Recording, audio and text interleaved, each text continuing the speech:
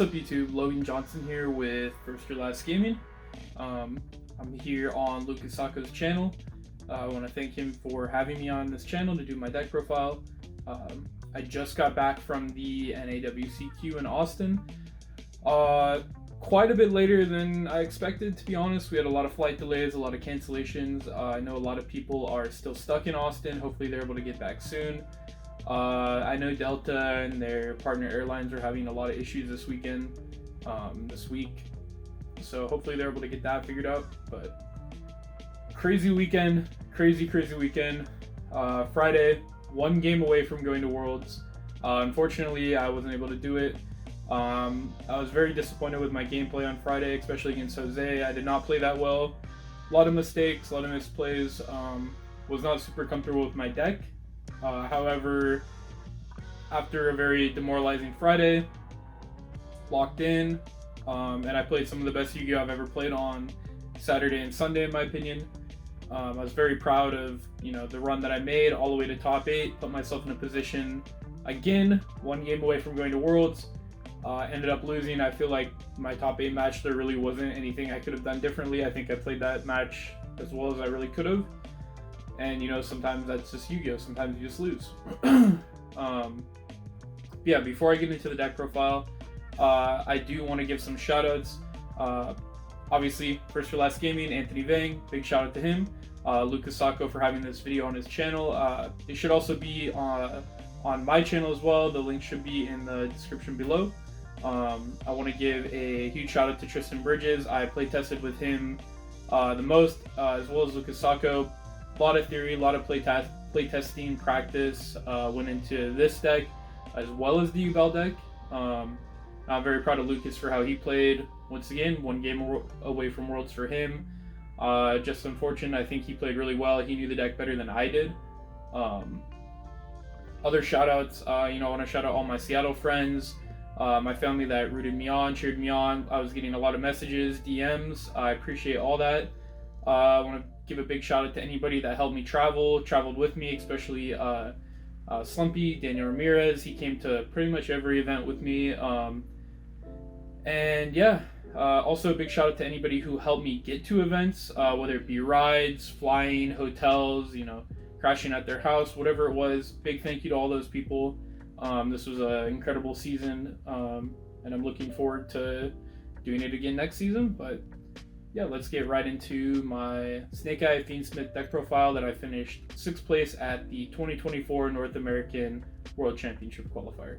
For the deck profile, we can just get right into it. I'm going to go somewhat fast through some of these cards because they're cards that have been in our decks for many months now. 3 Snake Ash, 2 Poplar, 1 Oak, 1 Flameburge, 1 Snake Eye Bellstar, 3 Bonfire, 1 Temple, 1 Original, 3 Wanted, 3 Bellstar, 3 Engraver, 1 Lurie, 1 Tracked. That was all my engine. I maxed out on all the starters. I wanted as much consistency as I could get for a very long round tournament, or for a very long tournament. And it worked out very well. In the future, maybe I would cut down on a Witch or Bonfire. But for this tournament, exactly, it ended up working out in my favor. For the hand traps, I played all hand traps for non-engine.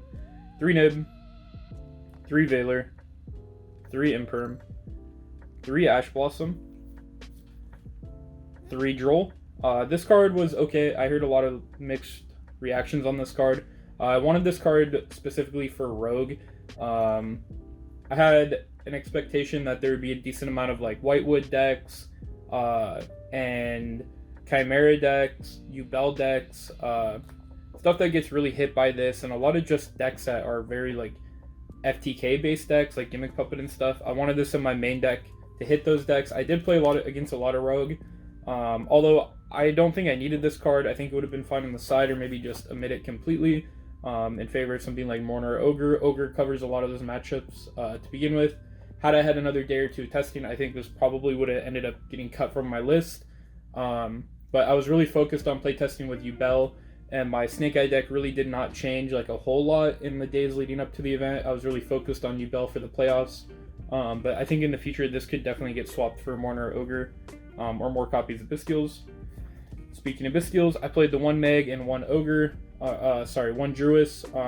It was kind of like Thursday night where I decided that these cards are really good. Once again, if I had another day of testing, I probably would have found that I wanted to play more copies of these. Probably a second Druis and a copy of Baldrake. These cards were very, very good. Giving yourself bodies in the mirror is broken. Also very good against a lot of the rogue decks. And then 3 copies of Molt Chummy. This was my concession to the mirror match. I felt like this was the most powerful single hand trap in the mirror. I also thought it was one of the most powerful hand traps against a lot of the rogue decks. And it worked out. It was pretty solid for me the whole weekend. It did not overperform. I think in the future, this is definitely a card that could go into the side deck. Once again, in favor of more Bestials or Ogre or Mourner, like I said. But for this event, it did work out. I did go second a lot in the mirror. And I also sent people first in the mirror pretty frequently. I know that a lot of people were side decking extra deck cards. And when they do that, if you send them first in the mirror, they lose a lot of power. They're siding out their Desirees, they're siding out their Mech Quips. Sometimes people are siding out Apo even, or IP even. So if you can send them first in the mirror match post side, and you have cards in like Chummy, it's very, very powerful. And that's something that I was doing to a lot of players throughout the whole weekend, was just sending them first in the mirror match if I lost game 1 or going into game 3 and I had the option. And I think going forward, that's definitely going to be a strategy that people will try to incorporate. That was my main deck, 44. I was kind of happy with my main deck. It definitely could have been better. It wasn't a perfect deck. I feel like I played it as well as I could for the most part, and I was pretty happy with how it went. But I think going forward, there's definitely some changes to be made there. For the extra deck, kind of speed through this, played Beatrice, Anima, Selene, Hida, Promethean, Nightmare Phoenix, Little Knight, Appaloosa, IP, Requiem, Sequence, Moonsky, Lacrimosa. Access Code was my flex spot. This card was pretty good. It was there for a lot of the rogue decks, and especially Yubel. And I also found myself having a hard time sometimes going second killing while playing around Nib, and one of the best ways to do that is to like make an Access Code while leaving Flamebridge on the field.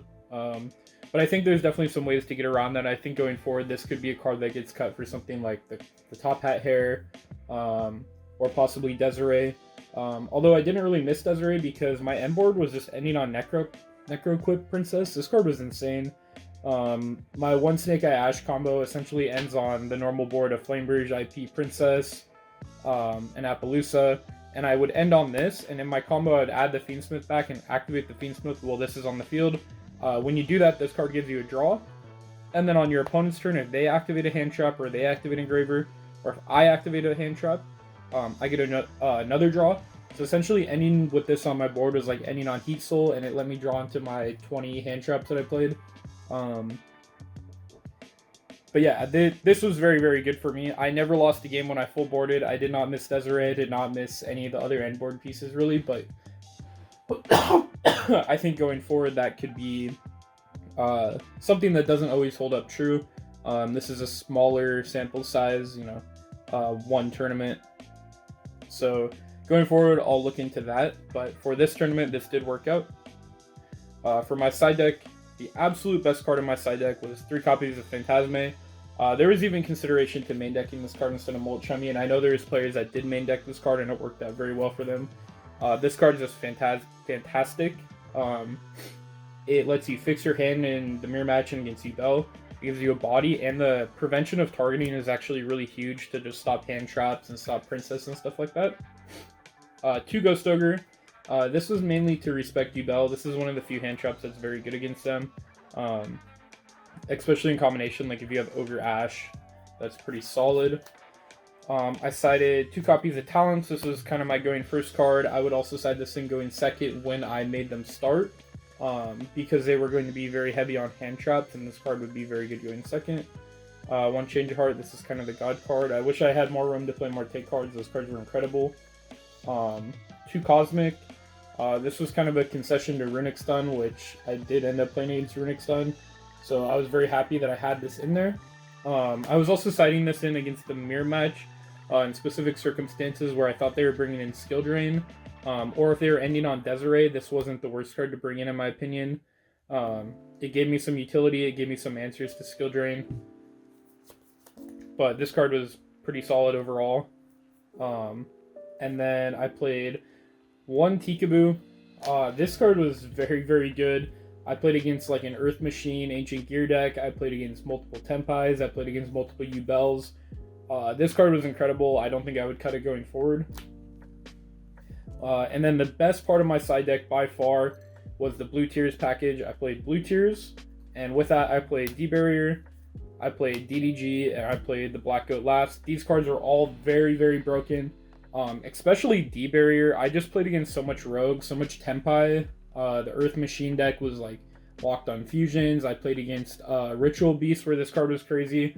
I kind of expected DDG to be the better one overall, but it ended up being that D-Barrier was the one that I ended up setting a lot more often. Even against Yubel, there was times where I would set DDG or set D-Barrier over DDG if I had like a Droll in hand, for example, or if I had like Veilers in hand. And this card does a lot more against Yubel than people think.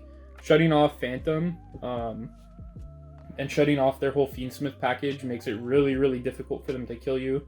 But more often than not, I will agree that DDG is better to set against Yubel. There's just some circumstances where I felt like setting this was slightly better depending on my hand. And then the Black Goat Laughs, this card was absolutely incredible. I know it seems a little bit win more to have an additional send off of your Beatrice on their turn. But this was kind of my game plan post side, since I'm not playing a lot of the end board pieces like Top Hat Hair and Desiree. I did want to have a little bit stronger of a go first game plan post side, and sending this and setting one of these was just an FTK every single time. This card being able to hit Chundra, Spirit of Yubel, even against Runic Stun, I set up like an Access Code Talker with an IP, and I was able to just like call Typhon, and this card was very, very good. Yeah, I'm very happy with this side deck. I don't think there's very much that I would change. Maybe if the Ogres went to the main, then I would have some room in the side to adjust.